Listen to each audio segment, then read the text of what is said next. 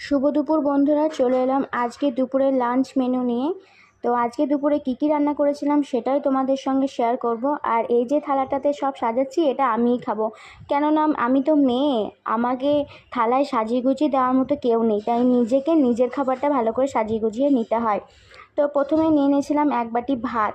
আর আমাদের মধ্যে সিদ্ধ, যে কোনো সিদ্ধ একটা থাকতেই হবে, সিদ্ধ বা ভাজা। আমার শ্বশুরবাড়িতেও সিদ্ধ বা ভাজা একটা থাকতেই হবে, আবার আমার বাবা বাড়িতে সিদ্ধ বা ভাজা একটা থাকতেই হবে। আমি ছোটোবেলা থেকে এই খেয়ে এসেছি।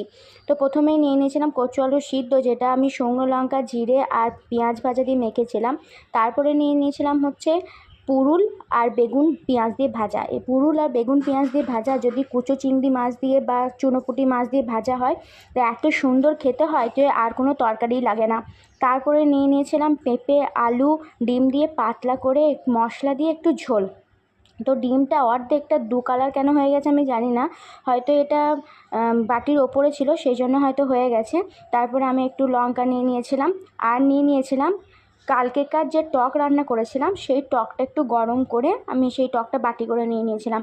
মা যেহেতু তেঁতুলের টক খায় না, তো আমি একদিন রান্না করি, ওটা দুদিন খেয়ে নিই। কোনো কোনো সময় হয়তো একদিনেও খাওয়া হয়ে যায় অল্প করে রান্না করলে। তো এই ছিল আজকে আমাদের দুপুরের মেনু।